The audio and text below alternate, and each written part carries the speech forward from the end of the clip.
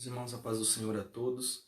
Nós estamos aqui mais uma vez para a nossa EBD online, na página da DTL Eldorado. Hoje é a nossa lição de número 3. Nós vamos dar continuidade. O tema da nossa lição é eleição e predestinação. Então, se você não assistiu a nossa aula passada, você pode estar acessando a nossa página ou no nosso canal no YouTube.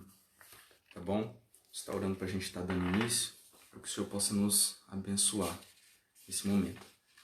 Pai, nós te damos graça por mais uma oportunidade de estar ministrando, Senhor. Por mais que não estejamos reunidos congregacionalmente, que não estejamos em comunidade, mas que nós possamos, Senhor, crescer na graça, crescer no conhecimento, Pai, que o Senhor nos proporcionou, que o Senhor preparou para nós, Senhor, antes mesmo da fundação do mundo.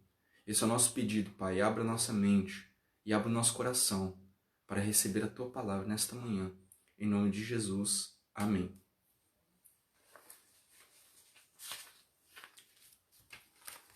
Então, a nossa lição de número 3, nós temos o textuário que se encontra em Efésios, no capítulo 1, no versículo 4 e no versículo 5. E a nossa leitura bíblica em classe, que vai se encontrar nesse mesmo capítulo. Tá? Então, nós estamos falando acerca da carta aos Efésios, carta que o apóstolo Paulo escreveu para a igreja de Éfeso, que tem uma revelação muito importante acerca da igreja. Então, uma revelação muito importante para que nós possamos entender o nosso propósito, por que nós fomos criados, qual o motivo de nós estarmos aqui. E tem um conteúdo muito rico, muito importante que o Senhor tem nos revelado nos dias de hoje, no tempo de hoje. Que nós, como igreja, precisamos entender o nosso propósito aqui no mundo. Nós, como igreja, precisamos entender qual é a revelação que o Pai tem para nós e qual é a revelação que o Pai tem para o mundo, mediante a nós. Por intermédio da igreja, por intermédio de nós, que somos a igreja. Fazemos parte desse corpo. O texto áureo se encontra em Efésios capítulo 1, então, versículo 4 e versículo 5. Diz assim: como também nos elegeu nele, antes da fundação do mundo, para que fôssemos santos e irrepreensíveis diante dele em amor, e nos predestinou para filhos de adoção por Jesus Cristo, para si mesmo, segundo o beneplácito de sua vontade. A nossa verdade prática: segundo a sua presciência, Deus elegeu e predestinou para a salvação os que creriam e perseverariam na fé em Cristo Jesus. Tá, então, o tema eleição e predestinação, eles fazem parte da nossa teologia, eles fazem parte do nosso ensino bíblico. Por mais que nós façamos parte de uma linha teológica pentecostal, muitos às vezes tem um entendimento um pouco errado de que a linha teológica pentecostal ela não tem ela não aborda esses temas. Entretanto, irmãos, são temas bíblicos e nós não podemos ignorar isso, nós não podemos fugir disso. Entretanto, nós precisamos ter uma compreensão um pouco mais centrada. Nós precisamos ter uma compreensão um pouco mais abrangente, não com temas específicos ou com versículos isolados acerca da palavra do Senhor. Então, a eleição e predestinação é algo bíblico. Antes da gente seguir qualquer linha teológica aqui na nossa aula, antes da gente falar das linhas teológicas, a primeira questão é: Cristo nos elegeu e Cristo nos predestinou. O Pai nos elegeu e o Pai nos predestinou para que em Cristo nós fôssemos salvos. Amém? Então, nós precisamos entender que fora de Cristo, irmãos, não há salvação. Fora de Cristo, não tem como o ser humano ser salvo. Não tem como o ser humano ser salvo da perdição. Tá bom? Apenas em Cristo há salvação. Então, a nossa leitura bíblica em classe, ela se encontra nesse mesmo capítulo que a gente acabou de ler. Entretanto, do versículo 4 ao versículo 12. Tá? É o mesmo texto que nós utilizamos na lição passada, que falou acerca das bênçãos espirituais. Tá? Só quero pontuar alguns versículos para a gente dar início e seguimento nessa aula. O versículo 4 e o versículo 5 a gente acabou de ler no textual. Versículo 6. Para louvor e glória da sua graça, pela qual nos fez agradáveis a si mesmo no amado, em quem temos a redenção pelo seu sangue, a remissão das ofensas, segundo as riquezas da sua graça, que ele tomou abundante para conosco em toda a sabedoria e prudência, descobrindo-nos o mistério da sua vontade, segundo o seu beneplácito, que propusera em si mesmo, de tornar a congregar em Cristo todas as coisas, na dispensação da plenitude dos tempos, tanto as que estão nos céus como as que estão na terra. Nele digo, em quem também fomos feitos herança, havendo sido predestinados conforme o propósito daquele que fez todas as coisas, segundo o conselho da sua vontade, com o fim de sermos para louvor da sua glória, nós os que primeiro esperamos em Cristo. Tá bom?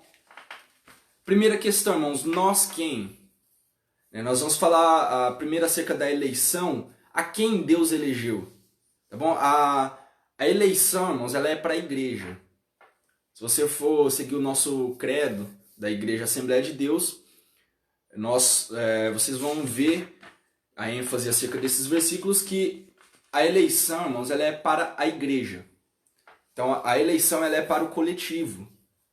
Nós não pregamos uma eleição individualista, tá? Que lá na sua presciência, antes do tempo, Deus estava olhando por indivíduos, que Deus estava olhando e pensando e selecionando, essa pessoa vai ser salva e essa pessoa não vai ser.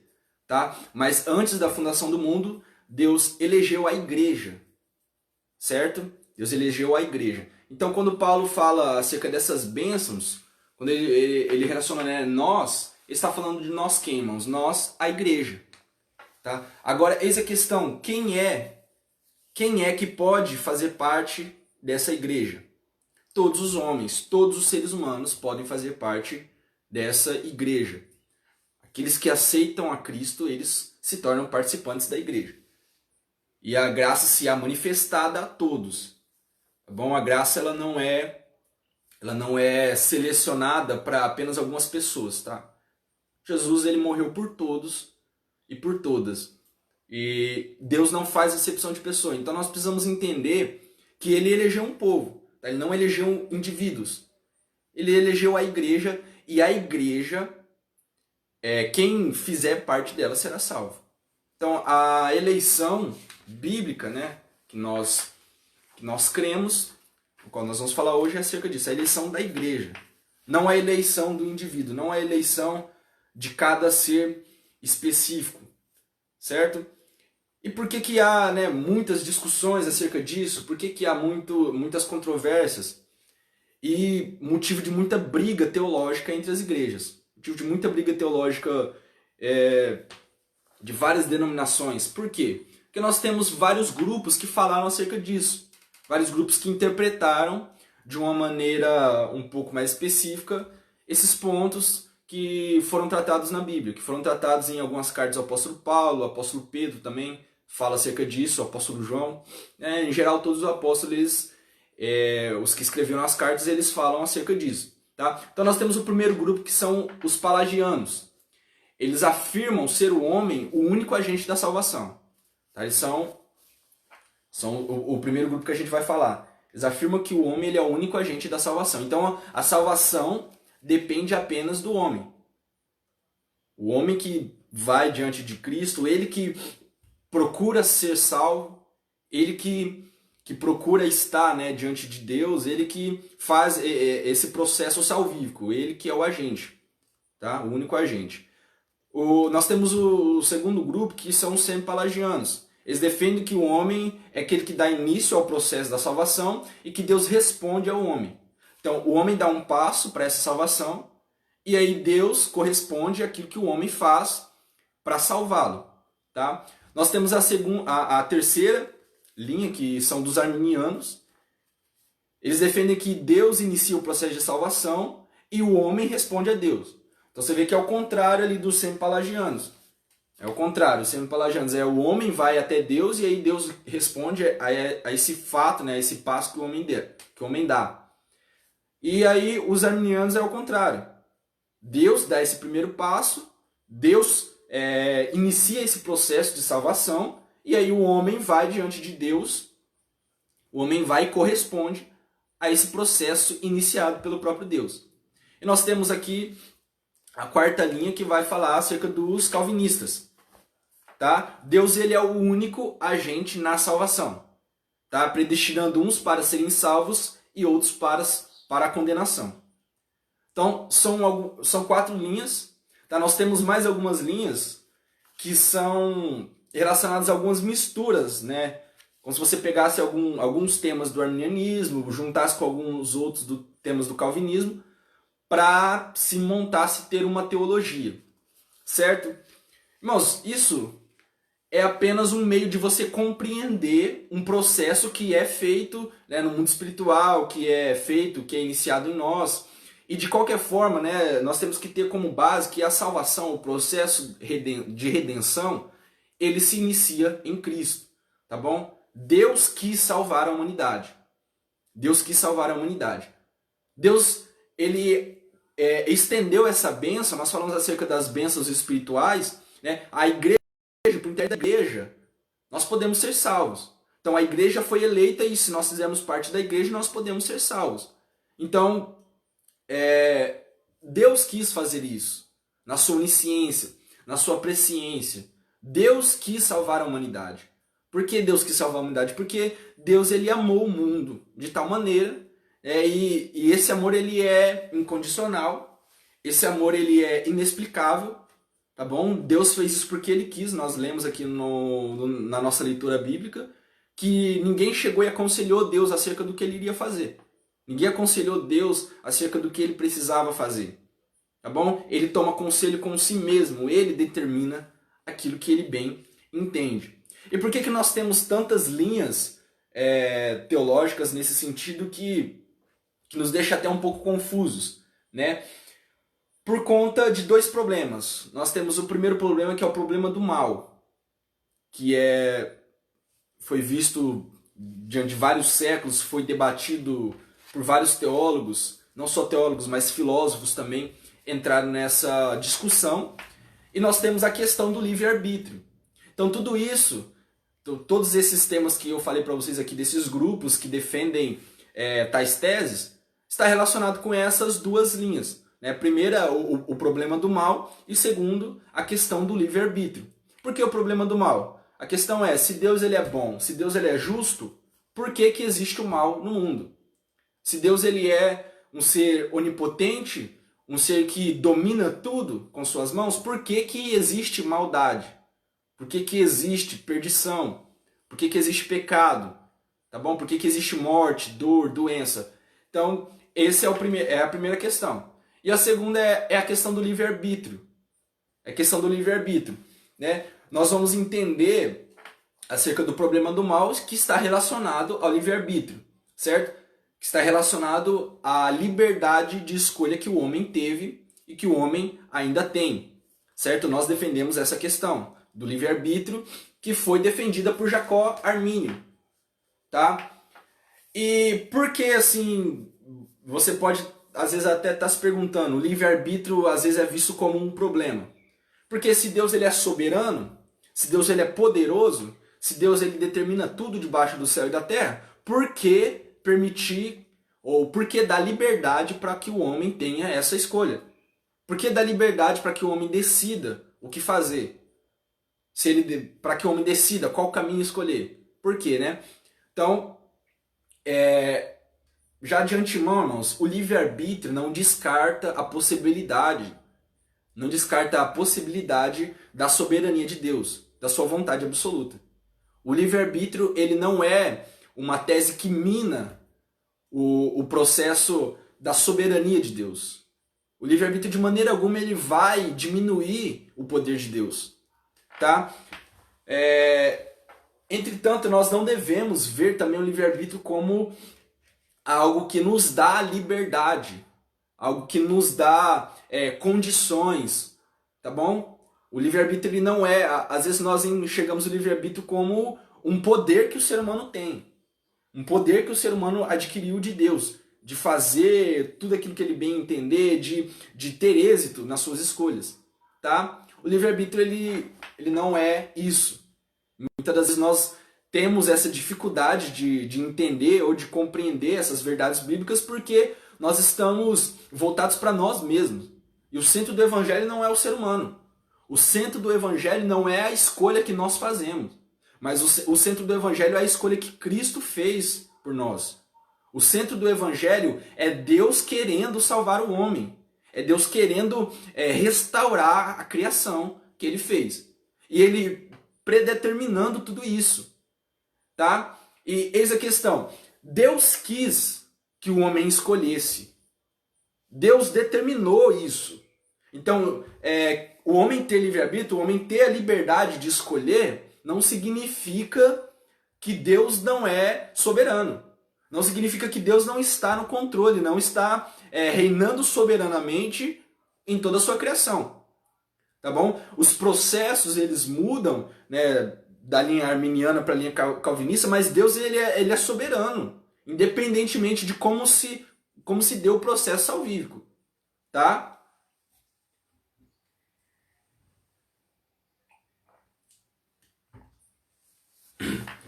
Então a questão, né? A primeira coisa é o problema do mal. O problema do mal ele está relacionado com a liberdade de escolha que o homem teve. Não só que o homem teve, irmãos. Porque nós entendemos que... Nós aprendemos isso na teologia, que os anjos também caíram. Nós temos anjos que caíram. Entretanto, Deus escolheu a humanidade para ser salva. Deus não escolheu salvar os anjos. Deus não escolheu redimir os anjos caídos. Deus escolheu redimir a humanidade. Deus escolheu redimir aos homens. E Deus escolheu redimir todos os homens. Tá? Então nós precisamos entender que o processo, né, a questão do problema do mal, também está relacionado com a soberania de Deus.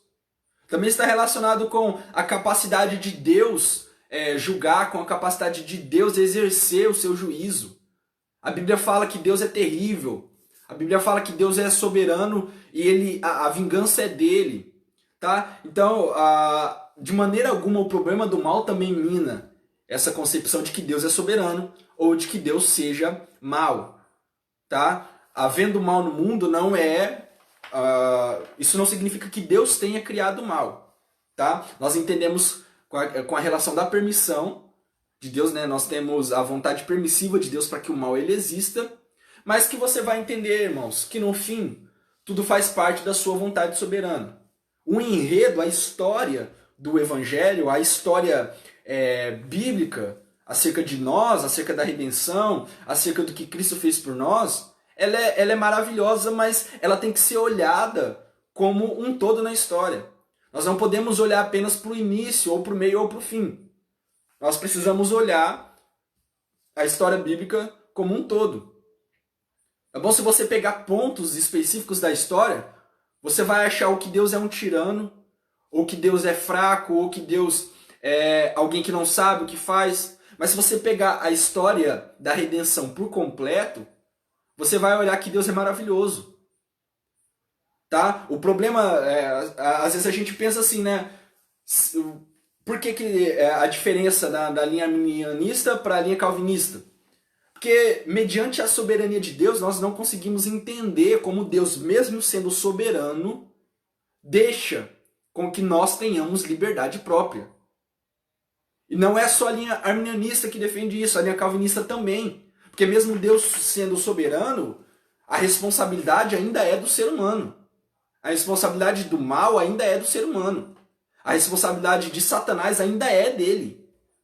Tá? Mesmo que Satanás só opere por intermédio da vontade de Deus, ainda assim a responsabilidade do mal que ele pratica é dele.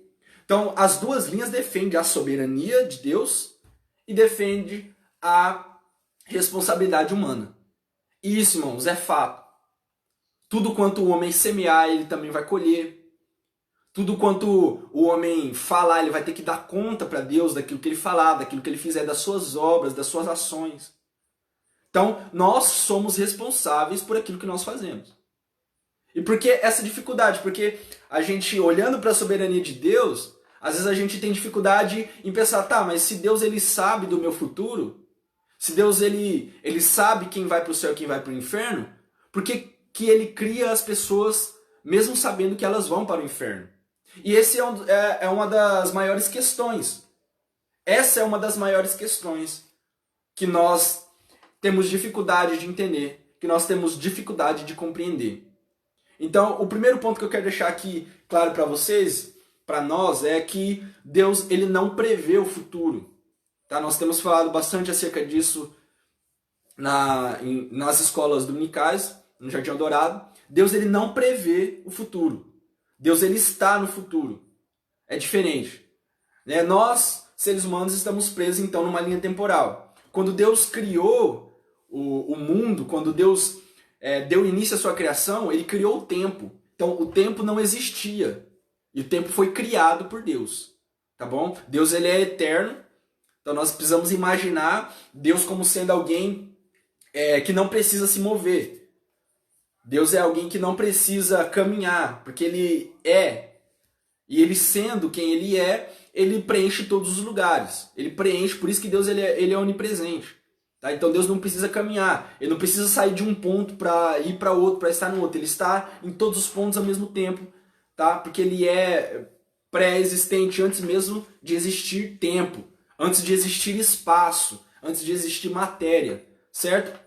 Então nós precisamos enxergar isso como um atributo inatingível a nós. Se nós formos olhar pela ótica humana, nós, por exemplo, se Deus nos der uma revelação, assim como ele deu para muitos na Bíblia, acerca do futuro, nós conseguimos, às vezes, enxergar o futuro, às vezes prever ou premeditar o futuro. Deus não precisa disso, porque ele está lá no amanhã. Né? Nós somos temporais, então nós só conseguimos estar no agora. Nós não conseguimos estar no dia de ontem, nós conseguimos apenas lembrar o dia de ontem. E nós não conseguimos estar no dia de amanhã, nós conseguimos apenas, às vezes, prever, fazer algum planejamento para o dia de amanhã, mas o dia de amanhã pertence a Deus. Por quê? Porque ele está nele. E se nós olharmos por essa linha, nós vamos entender um pouco mais, claro que não na sua plenitude, mas um pouco mais acerca da soberania de Deus. Porque assim como nós, no dia de hoje, nos sentimos livres para termos as nossas escolhas, nos sentimos livres no aspecto de que Deus não nos força a pecar ou não nos força a aceitar a Ele, da mesma forma, no dia de amanhã Ele não fará isso. E lá no futuro, lá na consumação dos séculos, Ele não está te forçando também. Deus não está forçando ninguém lá no futuro.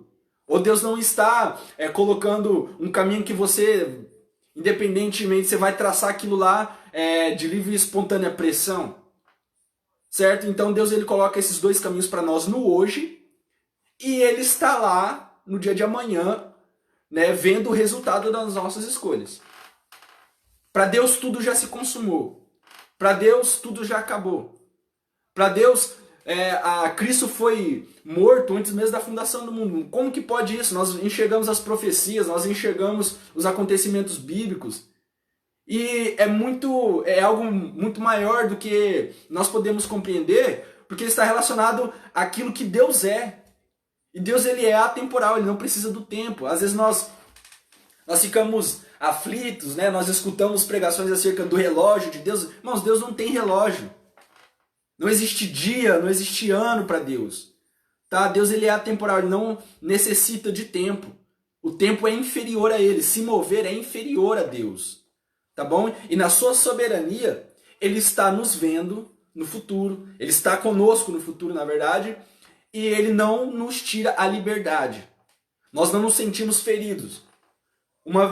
Algo que está relacionado a isso nós quando pecamos, e você que está vendo assistindo essa aula, você sabe muito bem disso, porque nós somos tentados todos os dias a pecar, e quando pecamos, irmãos, nós não sentimos como se alguém estivesse forçando, colocando a nossa mão para pecar, nos impulsionando, nos forçando a pecar, inconscientemente, como se nosso corpo fosse dominado por um inconsciente.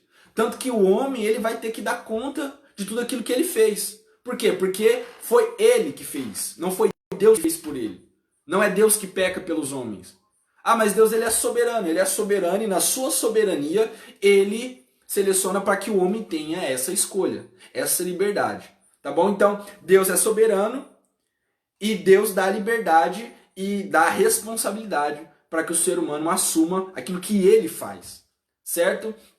Entretanto, irmãos, nós precisamos entender uma verdade que o próprio apóstolo Paulo cita na sua carta aos Romanos.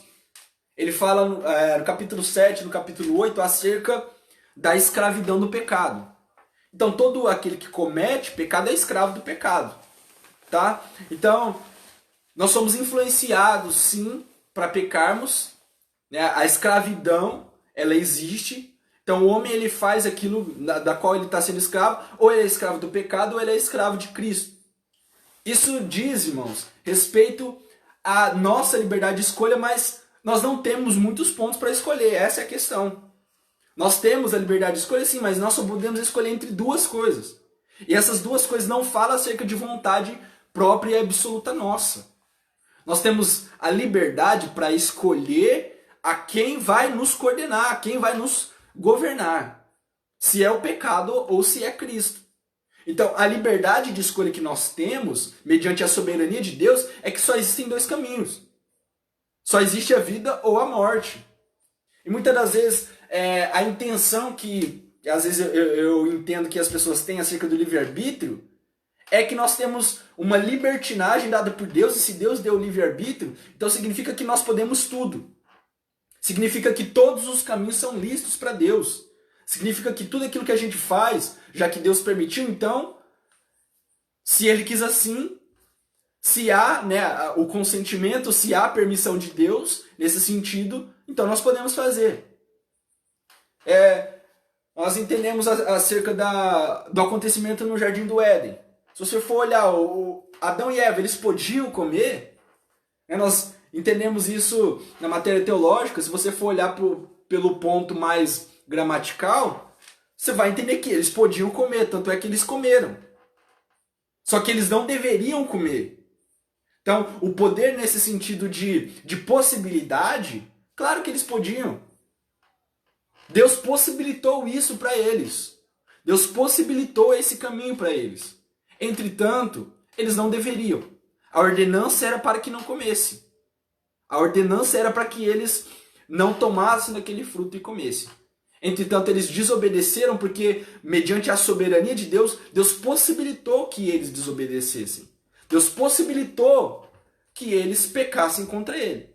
Então, a possibilidade do pecado é permitida em Deus.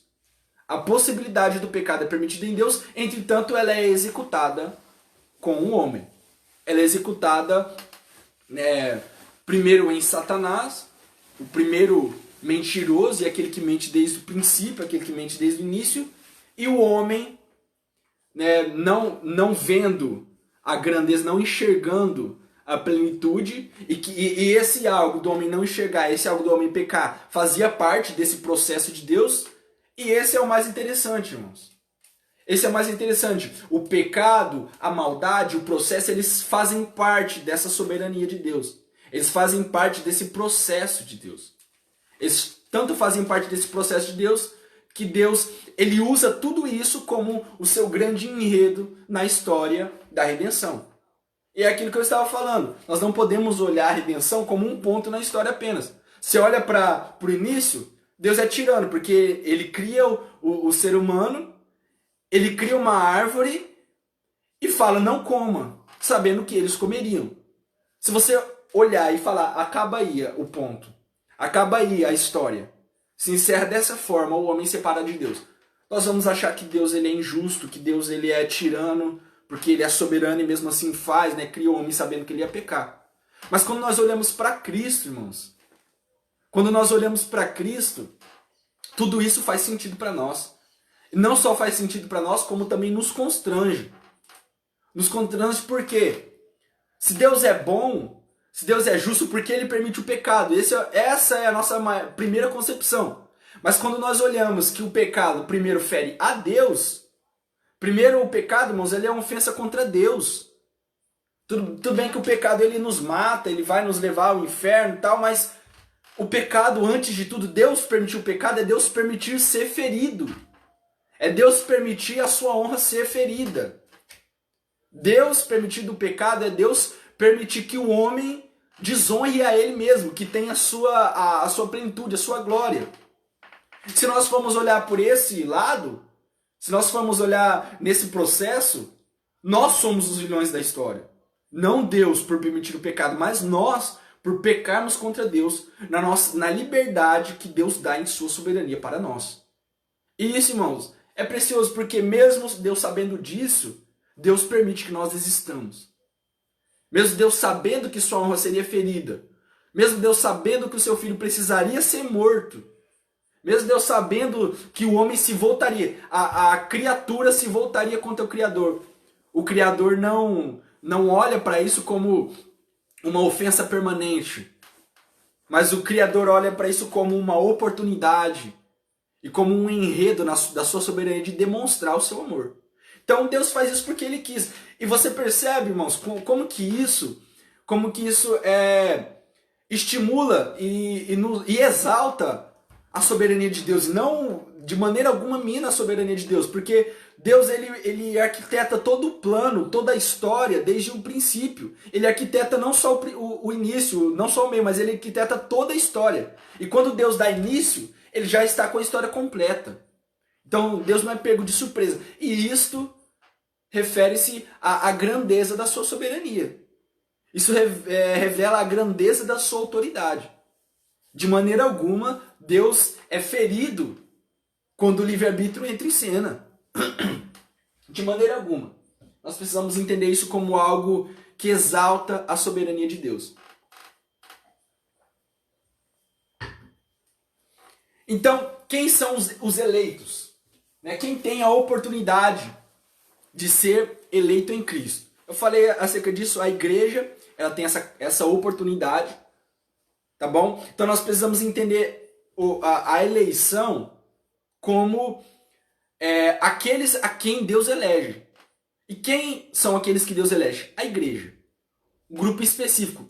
E Deus determinou que a igreja será eleita antes da fundação do mundo.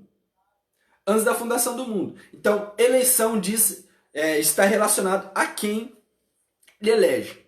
Agora, entretanto, quem tem a oportunidade de fazer parte dessa igreja? Quem é que tem a oportunidade de fazer parte disso? Tá bom? Todos os seres humanos. Se você puder abrir a sua Bíblia lá em 1 Timóteo, no capítulo 2, no versículo 4, está relacionado, o versículo 3 antes, irmãos. Porque isto é bom e agradável diante de Deus, nosso Salvador. O que é bom e agradável diante de Deus? Que quer que todos os homens se salvem e venham ao conhecimento da verdade. Então Deus quer que todos os homens se salvem. Deus quer isso. Todos os homens serão salvos? Não. Entretanto, o desejo de Deus, olha que interessante. O desejo do soberano é que todos se salvem. Entretanto, não são todos que são salvos. Não são todos que vão alcançar isso. E todos não sendo salvos, mesmo ele querendo, mina a sua soberania? Não. Porque mesmo não sendo todos que serão salvos, nós entendemos que a condenação também faz parte da soberania de Deus. Porque a condenação ela é o ato do julgamento acerca daqueles que desprezaram a Cristo.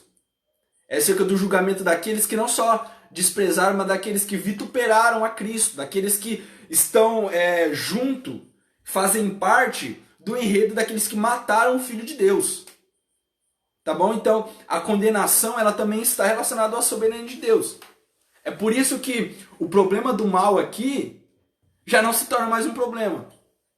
Porque Deus ele resolve tudo isso na sua soberania. Tanto para salvar, tanto para eleger a igreja e aqueles que se fazem participantes dessa. Agora são salvos e tanto para aqueles que não fazem parte da igreja serem condenados. Tá bom? Tá? Outro texto, Tito 2, versículo 11. Diz assim: porque a graça de Deus se há manifestado trazendo salvação a todos os homens. Tá? A graça ela se manifestou e ela trouxe salvação para todos. Não foi para um povo específico, né? Quando eu falo de povo específico, eu estou falando de seres humanos, tá? Não estou falando da igreja em si. Deus elegeu a igreja, mas ele quer que todos façam parte da igreja. E essa é a questão, tá? Um ponto bastante preocupante para nós no calvinismo é isso. Que Deus elegeu e predestinou uns para a vida e outros para a morte. E a eleição, ela está relacionada a quem Deus escolheu. E a predestinação está relacionada para onde esses que ele escolheu vão. Só que quando nós vamos enxergar os textos bíblicos, eles não falam acerca de predestinação para a morte, mas apenas predestinação para a vida. E qual é a verdadeira predestinação? É que em Cristo nós temos salvação. A predestinação é essa, que em Cristo nós podemos ser salvos. Em Cristo nós encontramos essa salvação. Tá? Nós temos uma linha mais arminianista que diz que Deus é quem inicia esse processo de salvação. E o homem responde ao que Deus fez. Tá? O entendimento que nós temos acerca disso, por que nós entendemos que Deus é que inicia o processo de salvação? Porque Deus quis salvar o mundo. Deus quis que o mundo fosse salvo. Deus quis que nós fôssemos salvos. Tá? Prova de que ele quis isso, né? Nós lemos isso, que o plano da igreja é antes. É eterno. Não é temporal. O plano da igreja, ele está antes da existência do tempo. Ele está antes da existência do mundo. Tá? E Deus quis que o homem fosse salvo. E esse processo de salvação, ele é iniciado pelo próprio Deus. Ele é iniciado por Deus enviando o seu Filho. Por Deus nos amando. Cristo fala isso para os seus discípulos. Não foi vocês que me escolheram. Foi eu que escolhi a vós. Tá bom? Eu escolhi vocês antes de vocês me escolherem. Então, a única coisa que nós fazemos, ou que nós podemos fazer, é olhar para Cristo e reconhecer aquilo que Ele fez para nós. Tá bom? Entretanto, nós chegamos a esse segundo ponto como um primeiro ponto do tema atual. Ou o primeiro ponto do tempo em que nós estamos vivendo. Que é o quê? Nós precisamos ir até Cristo. Nós precisamos querer ir até Cristo. Nós precisamos querer corresponder a isso que Ele fez por nós. Corresponder ao que Cristo fez por nós ali na cruz. Tá bom? E prova disso é que nós temos muitos textos relacionados a isso. Tá? O primeiro texto lá em Deuteronômio, capítulo 30, versículo 19, que é citado pelo próprio Cristo no Novo Testamento, diz assim: os céus e a terra tornam hoje por testemunhas contra ti, que tenho proposto a vida e a morte, a bênção e a maldição. Escolhe, pois, vida, para que vivas tu e a tua semente. Então Deus, ele coloca diante de nós dois caminhos. Ele coloca a vida e ele coloca a maldição. Ele coloca a vida e a morte, a bênção e a maldição. Só que, entretanto, ele nos dá uma indicação. Ele fala: escolhe a vida para que você vá bem. O desejo dele é que nós escolhemos vida. Entretanto, esses dois caminhos são propostos. E qual é a prova de que nós temos que corresponder a isso? Ele fala: escolha isso. Escolha vida para que te vá bem. Escolha. Você precisa escolher. E nós precisamos ter esse entendimento. Que nós temos essa liberdade para escolher. Entretanto, a liberdade é para escolher apenas entre dois caminhos.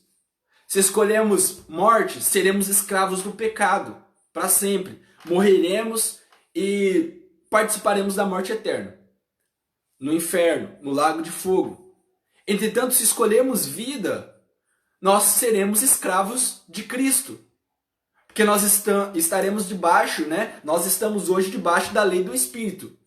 E muitas das vezes aquilo que nós pensamos é que o que eu enxergo, né, o que é colocado por algumas pessoas no dia de hoje, mediante a dispensação da graça que nós estamos vivendo, é como se a graça fosse uma libertinagem horrenda. Irmãos, não é isso. Nós fomos salvos pela graça mediante a fé em Cristo. Isso não vem de nós, né? Isso é dom de Deus.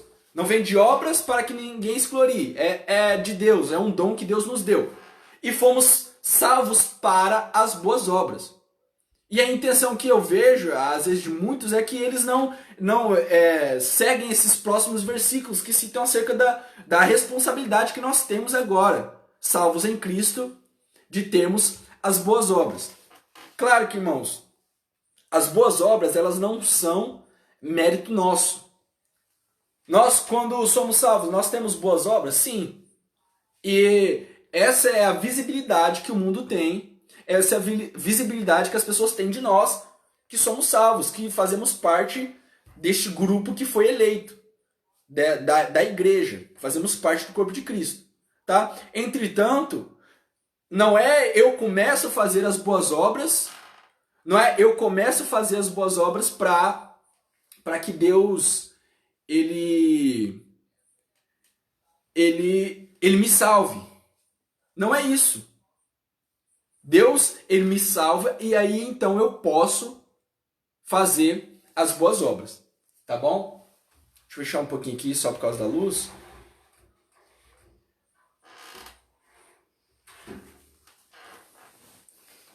Acho que ficou pior, né? Melhor assim. Tá? Deus é ele que nos salva e a partir daí eu vou conseguir praticar as boas obras, tá? Entretanto, ele nos dá essa oportunidade de escolha, tá bom? Ele nos dá essa oportunidade de escolha. Então, a escolha vai designar aquilo que eu vou ser, tá? Não é eu escolho, aí eu vou tendo várias escolhas, eu vou podendo escolher aquilo que eu faço, eu vou podendo escolher como eu vou me portar, porque a partir do momento que você se torna cristão, o seu livre-arbítrio ele já foi utilizado nesse sentido. Então, agora a sua única opção é ser escravo de Cristo. A sua única opção é ser governado por Cristo. É por isso, irmãos, que nós aceitamos a Jesus como nosso Senhor e como nosso Salvador. Então, primeiro, ele é o nosso Senhor. Nós precisamos entender que Cristo, ele reina sobre nós. Ele tem autoridade sobre as nossas vidas. Cristo, ele tem autoridade sobre nós. Não somos nós, irmãos, que governamos a nossa vida hoje. E muitas das vezes parece, a impressão que nos dá é que o cristão, ele pensa que ele é dono da sua própria vida. Por conta da questão do livre-arbítrio. Não é isso. O livre-arbítrio, irmãos, é liberdade para você escolher entre vida ou morte. Escolheu, ponto. Sua vida agora já foi definida. Porque se você escolheu morte, né, você escravo do pecado, acabou. Aquele que crê será salvo, aquele que não crê será condenado, ou já está condenado. Então, Deus amou o mundo de tal maneira. Quem que Deus amou? O mundo. Deus não amou um indivíduo específico, alguns grupos específicos. Tá? Deus amou o mundo. Deus amou nós, Deus amou a gente quando a gente não era povo ainda. Tá? Deus amou as pessoas quando as pessoas ainda não faziam parte da igreja. Deus amou o mundo quando ainda estava lá na queda. Quando todos pecaram e todos, não foi algum só, todos foram destituídos da glória. E Deus amou a todos. Deus amou o mundo, assim como os textos que nós lemos hoje. Deus amou o mundo de tal maneira que entregou o seu Filho para que todo aquele que nele crê não pereça, mas tenha vida eterna. Então, o desejo de Deus é que todos tenham a vida eterna. O desejo do Pai é que todos sejam salvos. E aí ele dá a oportunidade. Quem crê será salvo. Quem não crê será condenado. Aí nós enxergamos aquilo que eu falei para vocês do segundo ponto. No tempo atual se torna o primeiro ponto, que é o quê? Eu tenho que crer. Eu tenho que me achegar. Eu tenho que confiar em Deus. Que Ele é suficiente para minha salvação. Que Ele é suficiente para me redimir. E que aquilo que Cristo fez na cruz do Calvário é suficiente para nós. Que aquilo que Cristo fez por nós é suficiente e pronto. Tá? E aquilo que Cristo fez vai me capacitar para que eu possa fazer, para que eu possa praticar as boas obras. E não ao contrário. Você vê lá no livro de Gálatas, no capítulo 5, quando vai falar acerca do fruto do Espírito, vai falar que nós precisamos andar em Espírito para que não cumpramos as obras da carne. Então você não deixa de cumprir as obras da carne para depois andar em espírito. É o contrário. Primeiro você anda em espírito e depois você começa a deixar de cumprir as obras da carne. Tá bom? Isso está relacionado com a vida cristã. Está relacionado com a obra de Cristo feita por nós. Então, quem crê será salvo e quem não crê será condenado. Então, eis a questão, irmãos.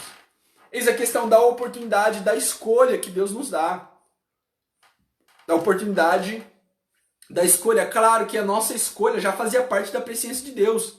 É claro que no início, porque quando ele está no início, ele está lá no fim também ao mesmo tempo, ele já sabe o que nós vamos escolher. Ele já sabe o que vai acontecer no final. E Deus ele não é seletivo ao ponto de criar as pessoas. Não, eu vou criar apenas aqueles que vão crer em mim.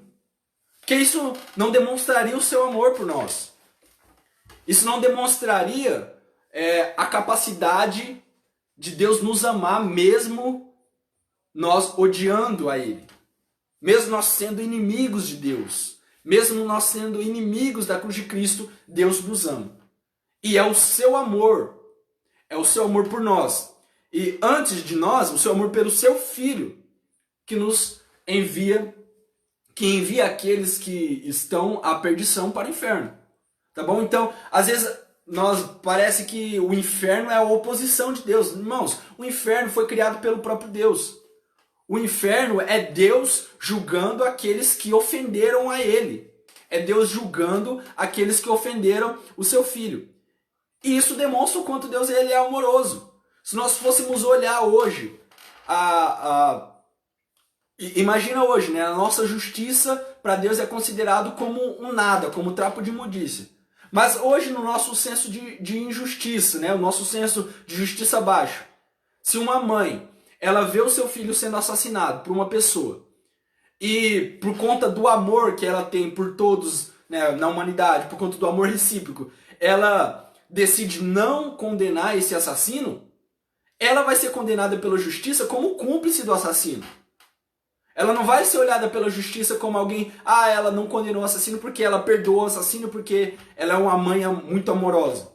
Por quê? Que mãe que deixaria um assassino solto depois de ter matado o seu filho? Então você enxerga isso, a justiça de Deus, como o seu amor demonstrado. Porque antes de amar a humanidade, ele ama o seu filho. E ele quer vingança. Deus fala isso, a vingança é dele. Né? E Deus, no seu senso de justiça muito maior do que aquilo que nós entendemos, muito maior do que nós premeditamos, é que Deus ele não compactua com a injustiça que foi feita na cruz de Cristo.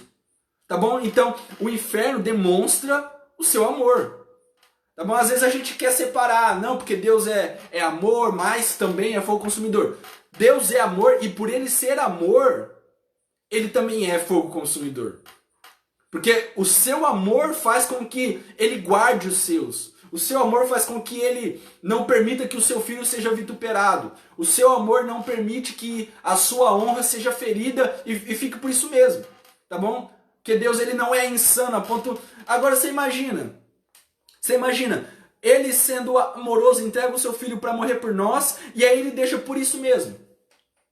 E aí aqueles que aceitaram a morte de Cristo vão ser salvos e aqueles que não aceitaram vão ser salvos do mesmo jeito.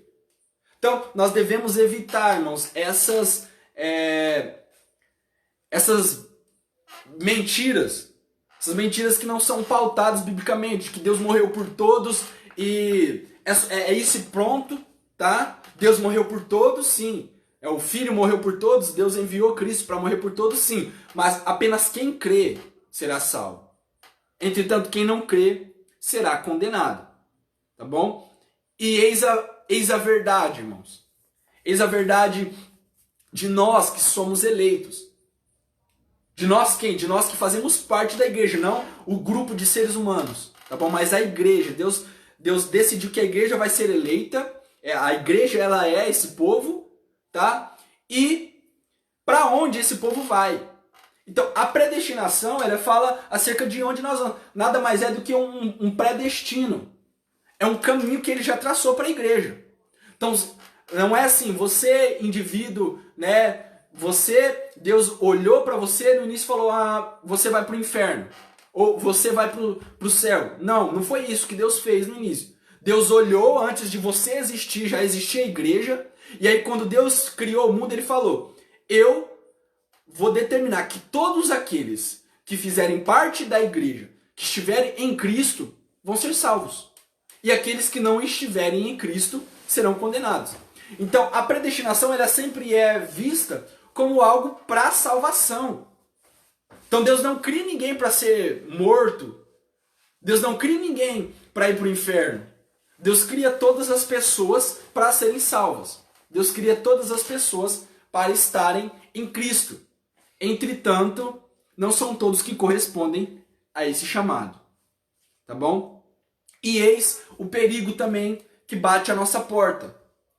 Muitas das vezes, algo que nós enxergamos de dificuldade nesse ponto calvinista de que Deus escolheu e já está tudo pré-determinado o que você vai fazer, quem você vai ser, a carreira que você vai seguir e tudo mais, é que nós enxergamos o evangelismo ou a luta para que nós estejamos firmes espiritualmente como algo que às vezes se perde nesse caminho. Como algo que às vezes é até um pouco que irrelevante. Algumas doutrinas nós vamos enxergar, né? Por exemplo, a permissão que Deus dá do homem cair pelas suas escolhas, pelo seu processo, né? Do homem se perder no caminho. E isso é possível. Tanto é possível e perigoso que Deus fala acerca disso na sua palavra. Tá bom? Vamos lá. 2 Pedro, capítulo 2, versículo 20. Estamos caminhando já para o nosso fim.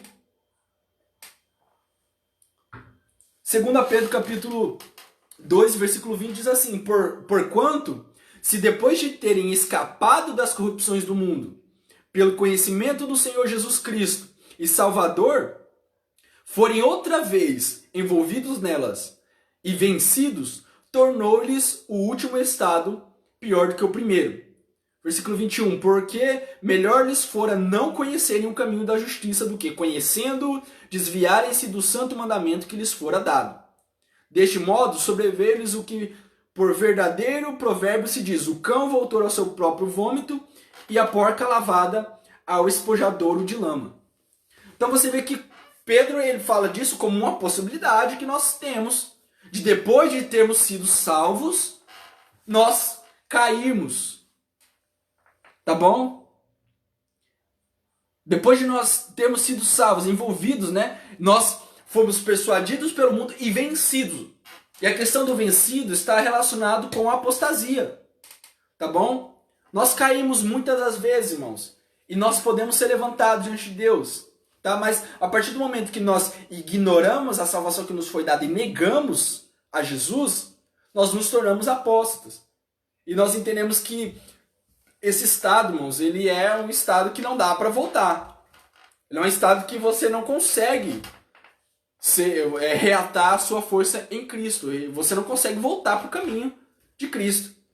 E aí, diz que o apóstolo Pedro está falando que o último estado, o estado que você está agora nesse momento em que você foi vencido, depois de ter sido salvo, é pior do que o primeiro. Então, aqui está o erro. Aqui está o perigo real. Aqui está o perigo real de nós, depois de termos sido salvos, cairmos.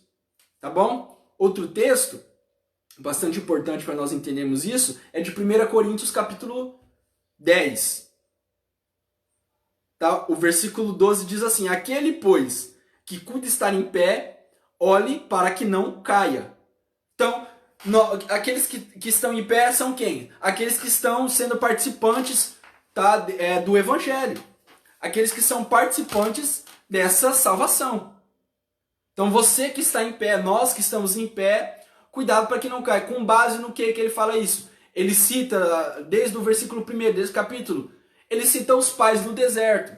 Ele fala, todos foram participantes, tá bom? Todos comeram do maná, todos viram a glória, todos eram povo, irmãos. Todos eram israelitas. Todos faziam parte da promessa que Deus tinha feito a Abraão. que da tua descendência eu farei um povo, esse povo será o meu povo. Todos faziam parte, entretanto, muitos se perderam no caminho. E quando Paulo fala acerca disso, você que está em pé, cuidado para que não caia, é com base naquilo. Porque às vezes nós achamos que nós estamos na igreja e nós estamos guardados. Nós estamos imunes a qualquer tipo de mal, ou a qualquer tipo de tentação. O versículo 13 ele fala acerca disso. Não veio sobre vós tentação senão humana, mas fiel é Deus que vos não deixará tentar acima do que podeis. Antes, com a tentação, dará também o escape para que possais suportar. Entretanto, nós entendemos que muitos se rendem a isso. Muitos se deixam ser vencidos pelas tentações e se afastam de Cristo. E se afastam do Criador. E esse é o perigo real. Esse é um perigo que nós precisamos enxergar, irmãos, e pensar que há essa possibilidade ainda. Tá bom? A salvação, eu tenho falado isso com base no nosso estudo no livro de Hebreus, que a salvação ela não é um ponto na história da humanidade. A salvação, ela é um processo que ela tem um início, meio e o fim. E qual é a marca verdadeira que nós vamos enxergar naqueles que estão parte desse povo eleito, daqueles que fazem parte da igreja? É que os eleitos perseveram até o fim. Então, a verdadeira marca, a possibilidade, nós enxergamos uma pessoa como alguém que foi salvo, de fato, definitivamente, como aquele que persevera até o fim. O nosso problema está em julgarmos. O nosso problema está em olharmos para a pessoa e queremos rotular. Sendo que apenas Deus, na sua soberania, sabe de fato quem faz parte daqueles que estarão com Ele na glória e quem faz parte daqueles que estarão no inferno. Às vezes nós queremos julgar, nós queremos selecionar, falando, não, esse vai para o céu, esse vai para o inferno. E não é assim que Deus faz. Tá bom? Não é assim que Deus faz. Irmãos, até o último instante há a possibilidade de salvação da nossa vida. Nós chegamos àquela parábola que fala acerca da última hora, né? Que Deus chama os trabalhadores, né? Deus ali, no caso, simplificando e sendo representado por um senhor que vai e contrata os trabalhadores. E os que foram contratados na primeira hora do dia, eles foram contratados por um salário X. E os que foram contratados na última hora, foram contratados pelo mesmo salário que a pessoa foi contratada no início. Tá bom? E o interessante da salvação, e essa parábola não fala apenas acerca da salvação, mas fala acerca da recompensa do trabalho. O trabalho ali está relacionado àquilo que nós fazemos, não àquilo que Deus fez. Tá bom? Então não é relacionado apenas à salvação. Mas apenas aqueles que são salvos conseguem trabalhar. Apenas aqueles que são salvos vão poder fazer parte desse trabalho. E a questão é, o trabalhador que foi contratado antes, ele olha e fala, mas espera aí, eu fui contratado antes, trabalhei o dia inteiro, e esse que foi contratado por último vai receber o mesmo tanto que eu? E aí o Senhor fala para ele, olha para ele e fala, eu não contratei você e não estipulei um salário que te pagaria? Sim. E você não aceitou receber esse salário? E o contratante fala, sim, eu aceitei. Então, pronto, não há discussão. Eu não estou sendo injusto, eu estou te pagando aquilo que eu contratei para você. A questão é que muitas das vezes nós olhamos para nós e nós achamos que nós somos dignos demais. Nós achamos que nós temos que ter mais, nós achamos que a nossa vida ela tem que ser acima daquilo que nós vivemos. E aí nós olhamos para outra pessoa e nós falamos, não, ele não merece tudo isso. E a questão, irmãos, do galardão e a questão da recompensa que nós temos em Cristo é que Deus ele nos propõe algo e ele vai nos recompensar mediante o cumprimento daquilo que nós nos propomos a fazer. E muitas das vezes nós só podemos fazer pouco. Às vezes nós não temos condições de sermos grandes pregadores, nós não temos condições de sermos grandes pastores ou grandes evangelistas, mas nós nos propusemos a ser, às vezes, um bom funcionário. Às vezes nós apenas temos a possibilidade de sermos um bom mordomo. Apenas temos a possibilidade de sermos uma pessoa que tem o seu devocional todos os dias, uma pessoa que tem o seu íntimo com Deus todos os dias, que não tem uma capacidade cognitiva tão superior a ponto de desvencilhar os temas teológicos. Mas Deus, irmãos, Ele não está preocupado com isso. Ele está preocupado apenas com a nossa fidelidade, aquilo que Ele propõe de nós fazermos. E cada um foi chamado para fazer aquilo que Deus quis que você fizesse. Tá bom? E muitas das vezes nós enxergamos o nosso próximo, nós olhamos para o nosso próximo com julgamento. Mas na medida em que nós julgarmos, nós também seremos julgados. Então, a relação é, aquele que é salvo, de fato, ele vai perseverar até o fim. Isso, irmãos, não é o que cabe a nós. Isso aí não é importante para nós sabermos quem é o que persevera até o fim, quem é o que vai ser salvo, quem é o que vai ser condenado. Tá bom? A nossa responsabilidade é pregar o evangelho, porque o evangelho transforma, né, o nosso caráter, o evangelho ele transforma aquilo que nós somos. A nossa obrigação é estarmos em Cristo, porque em Cristo nós seremos santificados, em Cristo nós estaremos bem, em Cristo nós cumpriremos os mandamentos. O nosso dever de fato é cumprirmos os mandamentos. O nosso dever de fato é cumprirmos aquilo que está proposto para nós.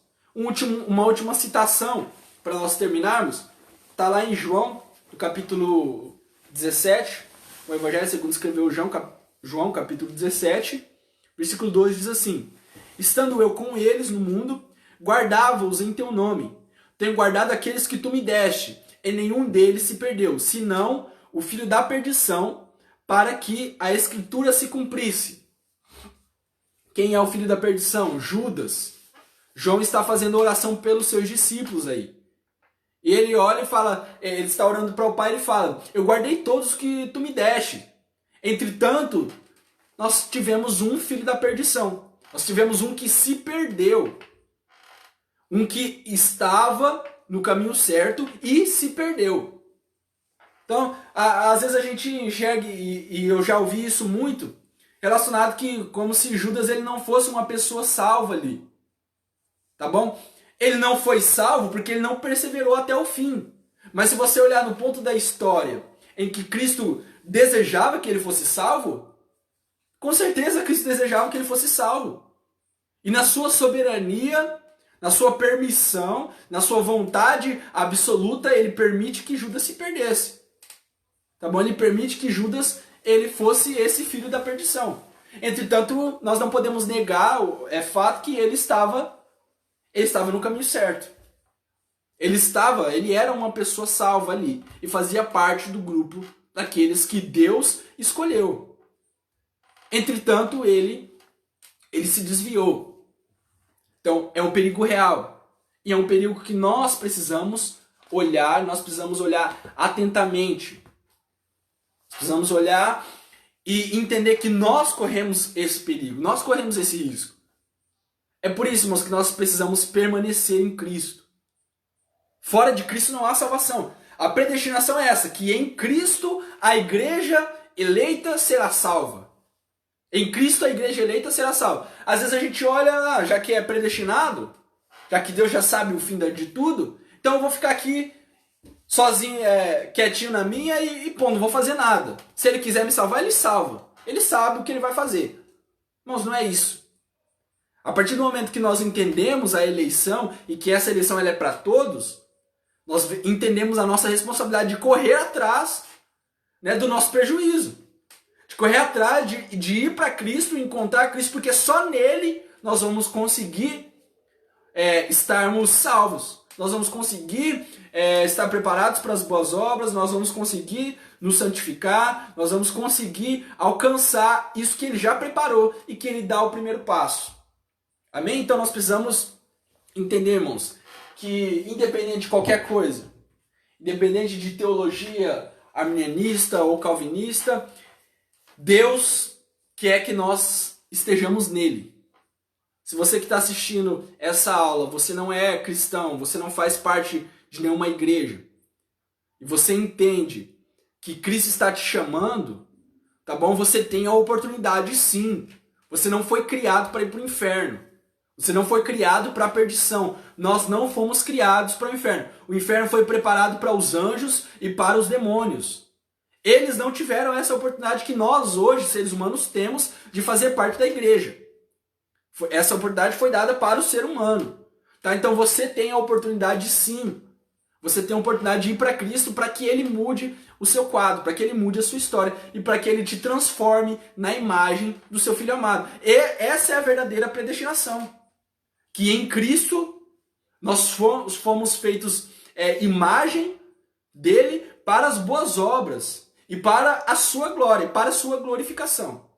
Tá bom? E independente de qualquer linha teológica, a verdade é, irmãos, se nós nos distanciarmos de Cristo, nós estaremos perdidos. Se nós nos distanciarmos do Evangelho, da graça, nós estamos perdidos. Sem Cristo nós não somos nada. Eu acho que muitas das vezes nós ficamos nos preocupando tanto com a soberania de Deus. Irmãos, Deus é soberano, nós entendemos da sua soberania ou não. Tá bom? Assim como eu falei acerca da Trindade também, às vezes nós julgamos, parece que se nós não entendemos esse processo que é misterioso para nós, parece que a gente vai perder a nossa salvação. Não, irmãos. Fique em paz. Deus ele é soberano, você entendendo ou não acerca da sua soberania, tá?